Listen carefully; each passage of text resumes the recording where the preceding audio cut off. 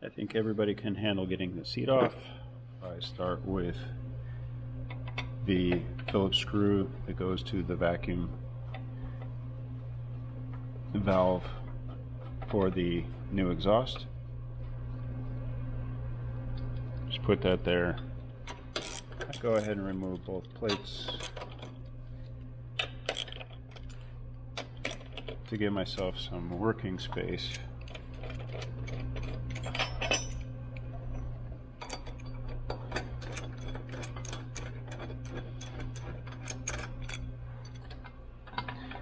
And make sure this is for California carb emissions. It's not used in the other states. California only, so just get that out of the way. This just put to the side, and then you got this whole bundle of wires, which is kind of a pain. I just rotate it up, and that way when you're putting the battery in, you can actually get your hand under here and lift this whole mess up. What you want to be cautious of, I've noticed that the factory, this is your rear brake switch on the brake pedal, and they put it right in between the clamp for the side panel where it's on the frame, and then you got the vent, top of the vent for the final drive is also right there. So I move those around either side of the down tube, so it gives you a little bit more room this way when you're putting the battery in. On the ECU right here, it's kind of angled, so I've found that rotating it on its bracket so it's straighter gives me more room this way as well when I'm putting the battery back. Now, in preparation for putting the battery in from the side, I put the kickstand down. You don't have to put it down very far, or the kickstarter down, and then I just use a bungee to hold it in place. You have the lower battery isolator, little piece of rubber. Sometimes it's just a cut piece of rubber. Sometimes it's an actual formed piece of rubber with a hole in the center. Doesn't really matter. All it's doing is helping to dampen the vibration. So you're going to want to place that down at the bottom of the tray.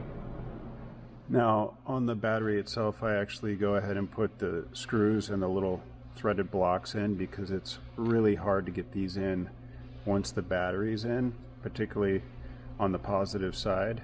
So positive in first, negative towards the outside. So the positive side bundle, I just make sure that's poking out like under the cover on the right side. Like I said, keep this up out of the way.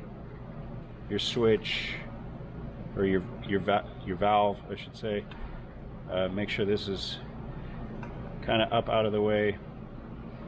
And then your negative, you can just put that out here. Everything else, just reach in, kind of lift up like that.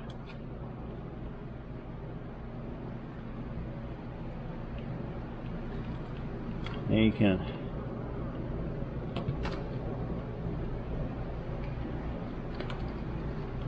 work your battery in under that whole bundle of wires until you get it in there sitting on the battery tray flat. Then you can cock this side in to get it to clear this down tube and slide it back.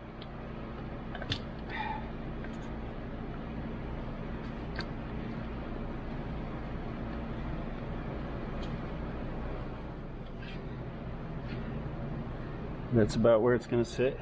This is the part I hate, getting these little straps on.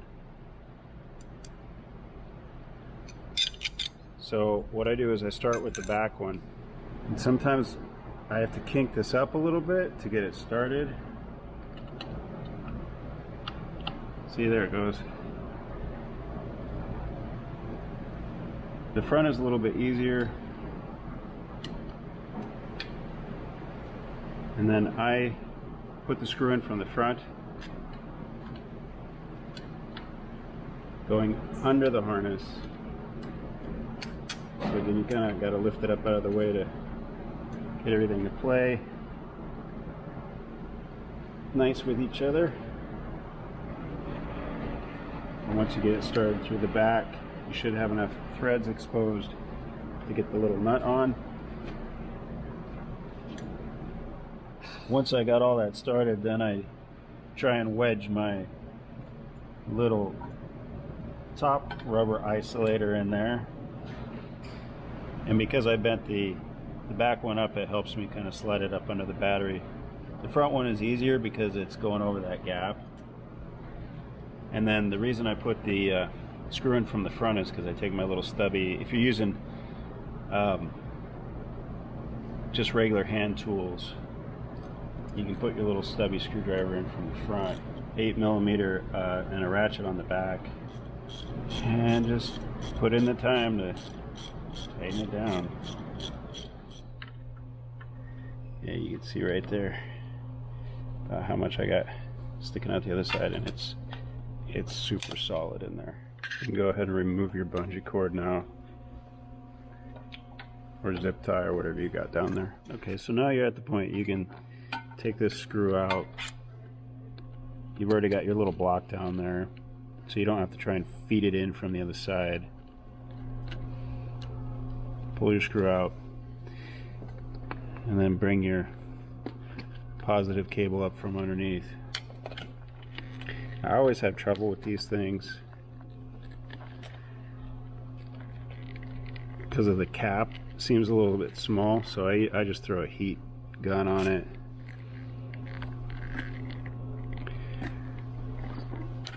So once I get that going, I just kind of guide it down, get that started. I throw my 10 on it, give it a little extra twist, trying to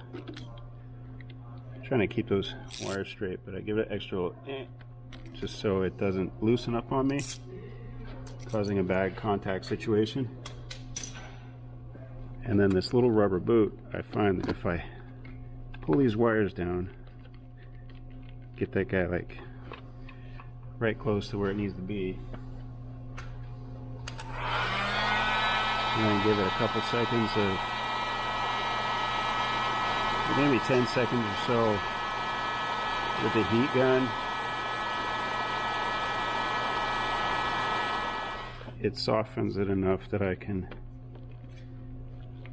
work it over the terminal. So in the end, I end up with something like that, and it's down most of the way. You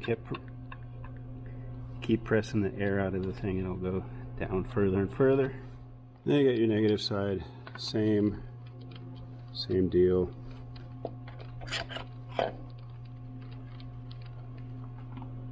Pull your negative from wherever it's at.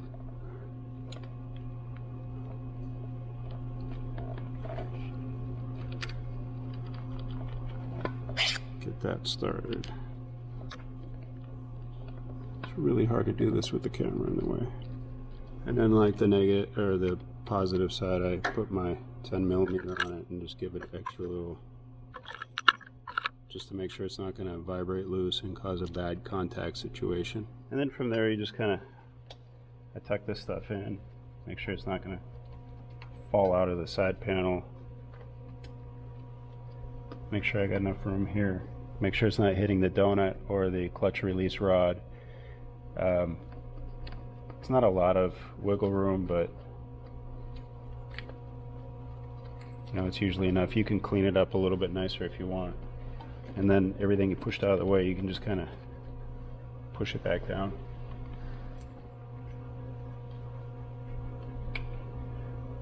Reconnect my valve.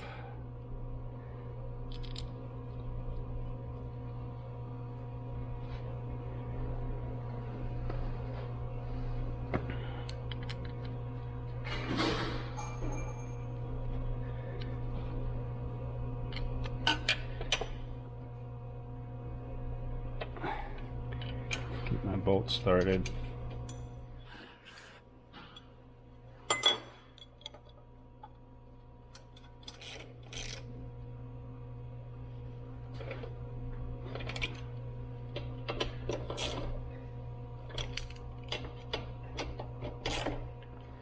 And install your seat like you normally would. Install your side panel and you're done.